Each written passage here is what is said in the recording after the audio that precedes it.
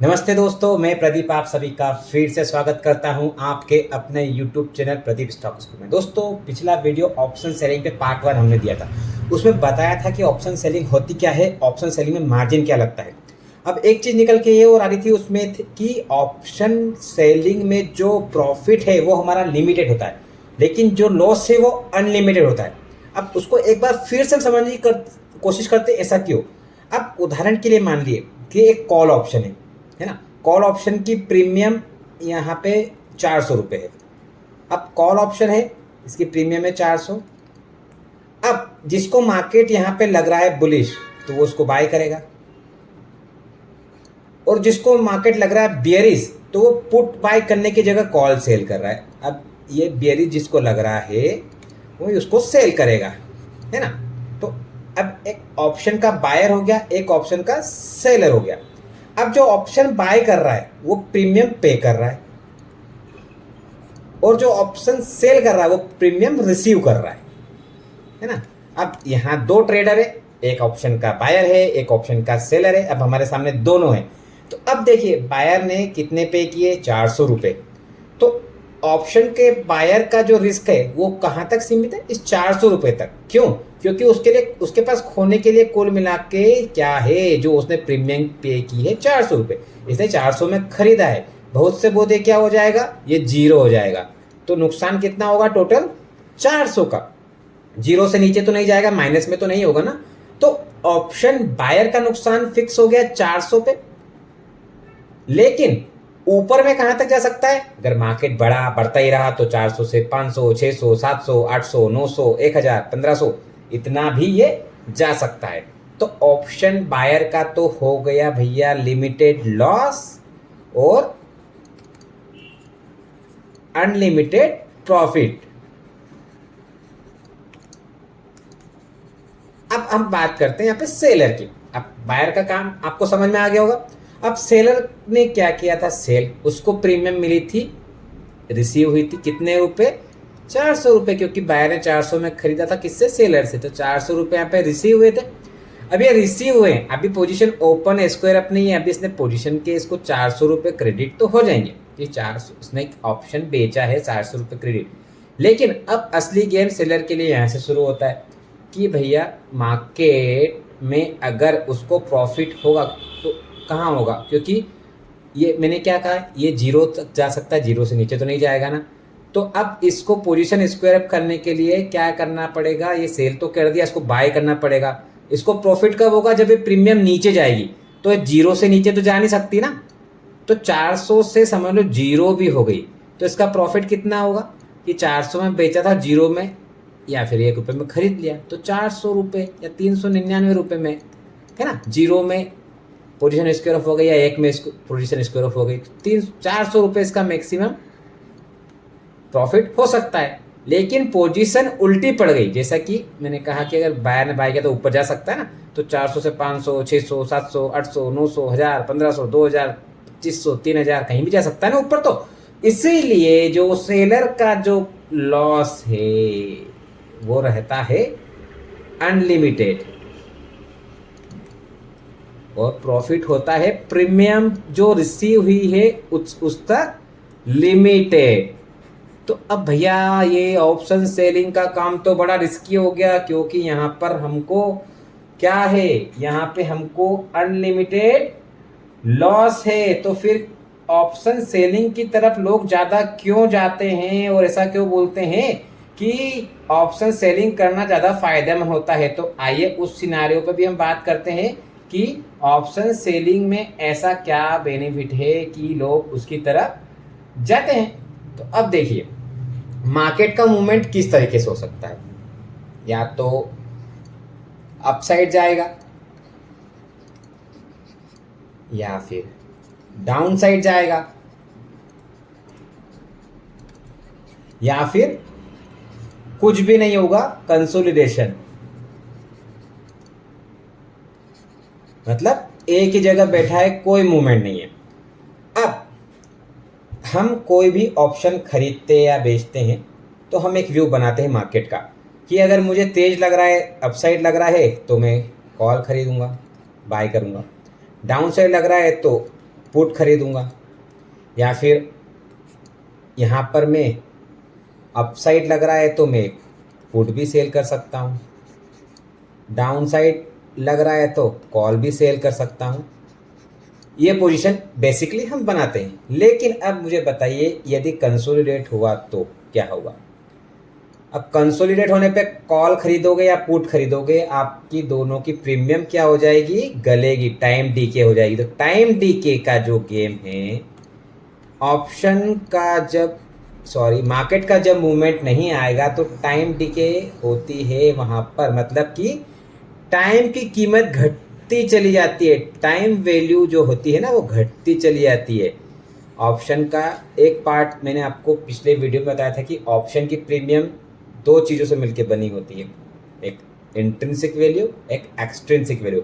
Intrinsic value में तो हमारा स्पॉट और स्ट्राइक प्राइस का डिफरेंस आता है। एक्सट्रिंसिक वैल्यू का एक बड़ा पार्ट होता है टाइम वैल्यू, वो बाकी दूसरे अदर फैक्टर। लेकिन जो बड़ा पार्ट होता है टाइम वैल्यू, जैसे जैसे एक्सपायरी नज़दीक आती जाएगी ऑप्शन की प्रीमियम में कुछ न कुछ कटौती होती जाएगी टाइम वैल्यू के कारण। और ऑप्शन ग्रीक में ये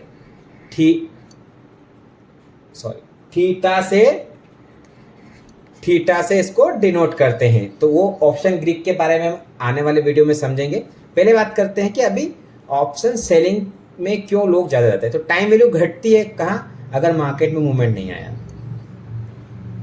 तो। अगर मेरे पास अगर मैं ट्रेड करना है तो मेरे पास अगर कॉल या पुट खरीदना है तो अपसाइड होगा तो मैं कॉल खरीदूंगा, डाउन साइड है तो मैं पुट खरीदूंगा। कंसोलिडेट रहेगा तो मैं कुछ नहीं करूंगा क्योंकि वह टाइम डीके के कारण मेरी प्रीमियम वैसे ही घट जाएगी। लेकिन अगर मुझे ऑप्शन सेल करने की इच्छा है, पहला क्या बताया था आपको, ऑप्शन खरीदने की, लेकिन ऑप्शन सेल करने की इच्छा है, तो ऑप्शन सेल करने की इच्छा है तो मेरे पास क्या ऑप्शन है। अब पहले तो मार्केट अगर मुझे अपसाइड लग रहा है तो मैं क्या कर सकता हूं, मैं पुट सेल कर सकता हूं, एक ऑप्शन है। या फिर कंसोलिडेट लग रहा है तो भी पुट सेल कर सकता हूं क्योंकि टाइम डीके के साथ पुट की वैल्यू भी घटेगी ना।